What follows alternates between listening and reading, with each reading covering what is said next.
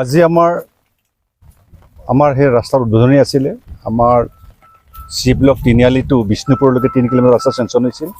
এই বহুদিন আগতে কৰিব লগা আছিল বতৰৰ কাৰণেতো কৰিব পৰা নাছিল আৰু গতিকে আজি আমি বৰষুণ নিদিব বুলি ভাবিছিলোঁ কিন্তু বৰষুণৰ কোনো আশংকাই নাছিল কিন্তু গংগাজল আহি গ'ল আহি যোৱাৰ পাছতো তথাপিতো আমি আজি চি ব্লক তিনিআলি টু বিষ্ণুপুৰৰ ৰাস্তা আমি উদ্বোধন কৰিলোঁ আৰু লগতে এই ৰাস্তাৰ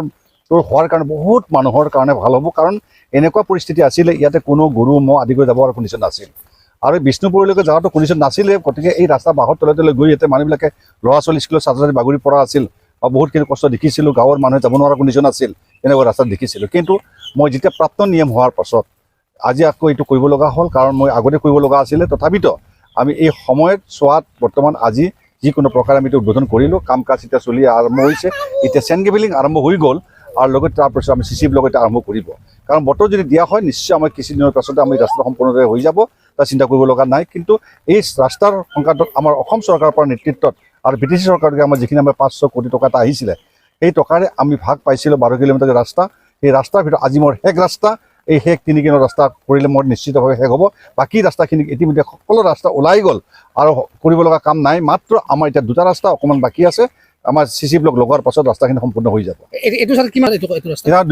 2 কোটি 40 লাখ টকাৰ ৰাস্তাটো আছে গতিকে তাক চিন্তা কৰিব লগা নাই ৰাস্তা খুব ভাল হ'ব CC ব্লক হ'লে বহুত বছৰ যাব কাৰণ যদি ব্লেক টকিং দিলে তো কমসে কম বৰষুণ আহিলে বা কিবা এটা ড্ৰাগ চলিলে ৰাস্তাবিলাক উঠি যায় ৰিপেয়াৰিং নহয় কমসে কম CC ব্লক ৰাস্তাটো কমসে কম 15 পৰা 20 বছৰলৈকে আৰামছে যায় কাৰণ মই যিখিনি যোৱা MCL থকা সময়ত মই এটা কৰিছিলোঁ চলি আছে এতিয়ালৈকে 10 বছৰ কাৰ্যকাল হৈ গ'ল আৰু এতিয়ালৈকে যিখিনি মই নতুনকৈ কৰিছোঁ খুব ভালেই হৈছে ভালকৈ চলিছে আৰু মোৰ বৰ্তমান দিহিৰা সমষ্টিটোত যিমানখিনি কৰণীয় কাম আছে আমাৰ প্ৰমোদ ছাৰৰ নেতৃত্বত অসম চৰকাৰৰ নেতৃত্বত আমি যে ৰাস্তাখিনি কৰিছোঁ আৰু সেইখিনি আমাৰ যিখিনি গুডলৰ ৰাস্তা পাইছোঁ এই গুডলৰ ৰাস্তা মতে সকলো কামখিনি শেষ কৰিব বিচাৰিছোঁ আৰু যিখিনি অলপ চলপ কাম কৰিব লগা বাকী আছে নিশ্চিতভাৱে আমি কৰাৰ চেষ্টা এটা কৰিম আৰু কাৰণ দিহিৰাত 17 বছৰ যে কোনো এটা ৰাস্তা হোৱা নাছিল আজি যিপিনে গ'লেও আপোনালোকে দেখিব পাৰে ৰাস্তা ঘাট পদূলি কৰি আদি কৰি খুব ভাল হৈছে চিন্তা কৰিব লগা নাই মই ক'ব লগা নাই ৰাইজে কয় 2025 যেটো ভিডিঅ'ৰ পৰা পাইছোঁ এতিয়া গতিকে আমাৰ যিটো পৰিস্থিতি হ'ল এইবাৰ আমাৰ লোকসভাৰ পৰিস্থিতি যেনেকুৱা হ'ল তাৰ কাৰণে বহুত মানুহ দুখিত আৰু তেওঁলোকে এতিয়া আমাৰ মোৰ এতিয়া EM2 হয়তো ড্ৰপ কৰি থোৱাৰ কাৰণে বহুত মানুহ আখেজ হৈ আছে কাৰণ কি কৰিব কি নকৰিব কাৰণ আমি এনেকুৱা শক্তিশালী কৰিম GSP এবাৰ নেক্সট আমি 12 পৰা 15টা জিতাৰ কাৰণে সিদ্ধান্ত এটা কৰিছোঁ আৰু সেইকাৰণে আমি আগবাঢ়িম আৰু বৰ্তমান আমি মিটিং আদি কৰি আছোঁ বুথ কমিটি সেক্ৰেটাৰী আদি কৰি ডিষ্ট্ৰিক্ট কমিটি আদি বনাই আছোঁ এইবিলাক চিন্তা কৰিব লগা নাই আমি শক্তিশালী কৰি আগবাঢ়িম এইবাৰ যিকোনো প্ৰকাৰে হওক আমি যেনেকৈ MP ঢোকা খাই গ'লোঁ ঠিক তেনেকৈ মোৰ যিটো প্ৰাপ্তন মই চৰকাৰ গঠন কৰা এজন ব্যক্তি যিজন নহ'লে চৰকাৰখন BTC গঠন নহয় কোনো এটা দুখ নোহোৱাকে যদি মোক যদি EM2 ড্ৰপ কৰিব পাৰে তাতকৈ দুখনীয়া আৰু কি আছে মই নিজে দুখ পাইছোঁ আছোঁ মই ৰুলিঙত কিন্তু ৰুলিঙত থাকিলে মোৰ সম্ভৱ নহয় কাৰণ যিজন মান সন্মান এটা কথা বুলি কথা এটা আছে মোৰ যি কিবা দুখ কৰিলোঁ কেলেংকাৰী কৰিলোঁ কিবা এটা কৰিলোঁ তো তেতিয়া মই কিবা এটা কৰিব পাৰিলোঁ মইতো কোনো কেলেংকাৰী কোনো কৰা নাই একো কেলেংকাৰী মোৰ নাই গতিকে তাকে চিন্তা কৰিব লগা কাৰণ আছে কিন্তু তেওঁলোকে ড্ৰপ নকৰি যে মোক ৰুলিংটো দিলে মোক নিশ্চয় ভাল লাগিল 25টা যুদ্ধ কিন্তু আমাৰ GSP যুদ্ধ কৰিব এইবাৰ পোৱা নোপোৱাৰ বেদনালৈকে চিন্তা কৰিব লগা নাই GSP শক্তিশালী হ'ব আৰু শক্তিশালী আগবাঢ়ি যাম আৰু GSPক আমি শক্তিশালী কৰি লৈ যাম আৰু পৰৱৰ্তী আমি 12 পৰা 15 জিতাৰ কাৰণে নিশ্চিতভাৱে চিন্তা কৰিছোঁ আমাক 40 জন নালাগে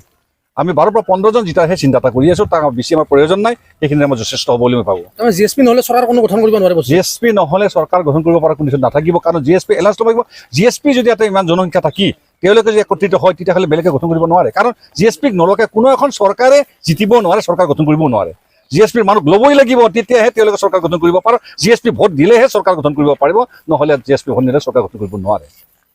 एक्सिलेन्ट एकाडेमी बागानफारायाव 10 थाखोनि मुं थिसननाया सोलिगासिनो दं गोसो गुदुं फरायसा फरायसुलिफ्रा गुन गोनां सोलोंथाइ मोननो थाखाय एक्सिलेन्ट एकाडेमी बागानफारायाव मुं थिसननो हागोन बाक्सा जिल्लानि बागानफारा सारियालिनि सानजा फारसे थांनाय लामानि साखाथियाव दं एक्सिलेन्ट एकाडेमी बागानफारा बे एक्सिलेन्ट एकाडेमी बागानफारायाव नांगौबादि गुन गोनां सोलोंथाइनि राहा दं थिखानाय आयदा हिसाबै इंराजि आयदाखौ लाथारनांगोन बेजों लोगोसे एसामिस बड' हिन्दी नेपाली अल्टारनेटिभ इंलिश सायख'नानै लानो हागोन आरो Political Science, Education, Advanced Assamese, Advanced Bodo, Logic and Philosophy, Economics, Geography, Anthropology, बायदि आयदाखौ सायख'नानै लानो हागोन। लोगोसे आलादायै बेसेन होनाङै कम्पिउटार क्लास लानो मोनगोन। Excellent Academy बागानफारायाव Experienced and Qualified Teachers, Best Education with Adorable Fees, Education with Modern Technology. The admission fees charge would be considered for below poverty line and brilliant students. Hostel facilities for boys and girls बायदि थांनाय 2022 मायथाइयाव फोसावजानाय Assam higher secondary जोबथा आनजादनि फिथायाव बे excellent academy बागानफारानिफ्रायनो Anamika ब्रह्म मुंनि सासे फरायसुलिया 92% लानानै अल Assam subject topper जानो हादोंमोन। लोगोसे बोहैथि बोसोर 2024 मायथाइनि थाखाय एक्सेलेन्ट एकाडेमि बागानफारायाव गोसो गुदुं फरायसाफ्रा मुं थिसननो थाखाय फरायसालियाव फैनानै फर्मखौ लांफैनो हासिगोन आरो मुं थिसननो हासिगोन। गुवारै मिथिसारनो थाखाय 9954505027 8011337530 नाम्बारनि गेजेरजों फोनांजाब खालामनो हागोन।